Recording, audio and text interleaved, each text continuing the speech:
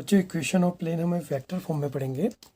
इसको शुरू करने से पहले मैं हल्का सा रिमाइंड कर दूं, जब हमने स्ट्रेट लाइन की इक्वेशन पढ़ी थी तो ए प्लस लैम्डा बी टाइप में आती थी। तो मैंने कहा था कि वहाँ सबसे इम्पॉर्टेंट ये बी वेक्टर होता था।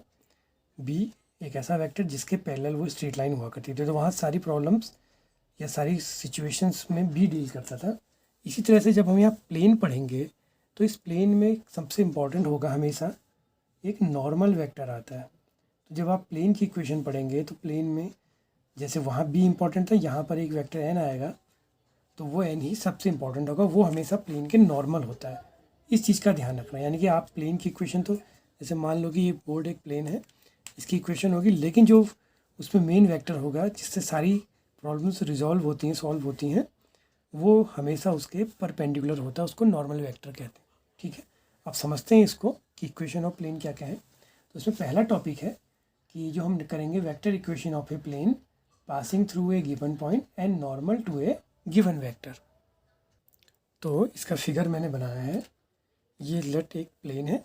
ठीक है, तो इस प्लेन में जिसकी इक्वेशन हमें फाइंड आउट करनी है, एक मान लिया कोई ओरिजिन है, इसके रिस्पेक्ट में एक पॉइंट यहाँ पर हमने पी ले लिया, लेट इसका पोजीशन वेक्टर हमने ए मान लिया। ठीक है ना, इस पॉइंट पी का पोजीशन वेक्टर हमने मान लिया ए, और जिस वेक्टर के रिस्पेक्ट में इसकी इक्वेशन निकालेंगे, मान लिया वो कोई यहाँ पर क्यू है और इसका position vector let R assume कर लिया। तो ये पी क्यू एक प्लेन है।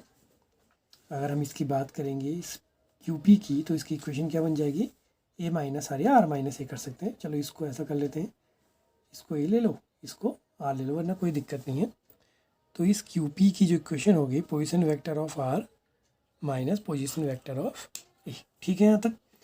अब है क्या, ये इस प्लेन जो है वो इस ए पॉइंट से पास हो रहा है, यानी कि जिसका पोजीशन वेक्टर ए था और इसका था आर।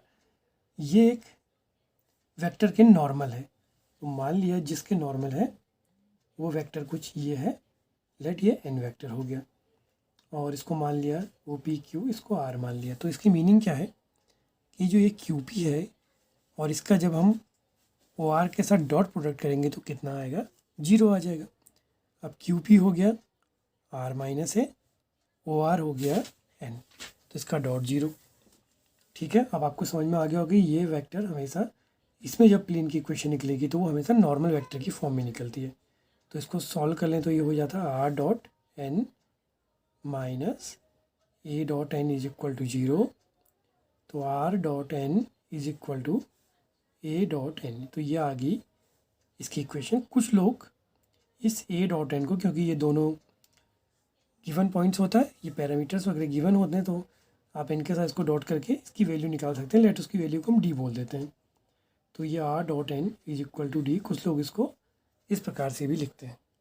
ठीक हो गया, तो ये तो हमारा पहला टॉपिक हो गया। अब इसी में अगर आपको इसी की इक्वेशन कार्टेशियन में निकालनी है तो करना क्या है, आपने इस वेक्टर को कार्टेशियन में चेंज करना है। तो वही इक्वेशन लेके चलेंगे, R dot A is equal to कितना था, R dot N is equal to D, या जिसको हमने ए डॉट एन कहा था, इस तरह की इक्वेशन हमने ली थी।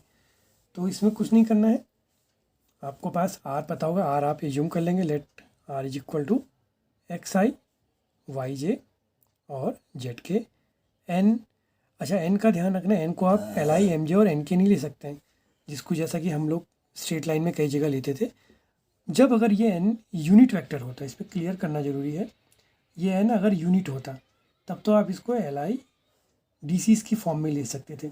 अब चूंकि ये यूनिट वेक्टर नहीं है तो आप इसको ऐसे नहीं लेंगे, आप इनको नॉर्मली कुछ भी मान लो। लेट मान लिया कि n1i n2j और n3k ही ले लिया, इस तरह का आप इसको एज्यूम कर लेंगे।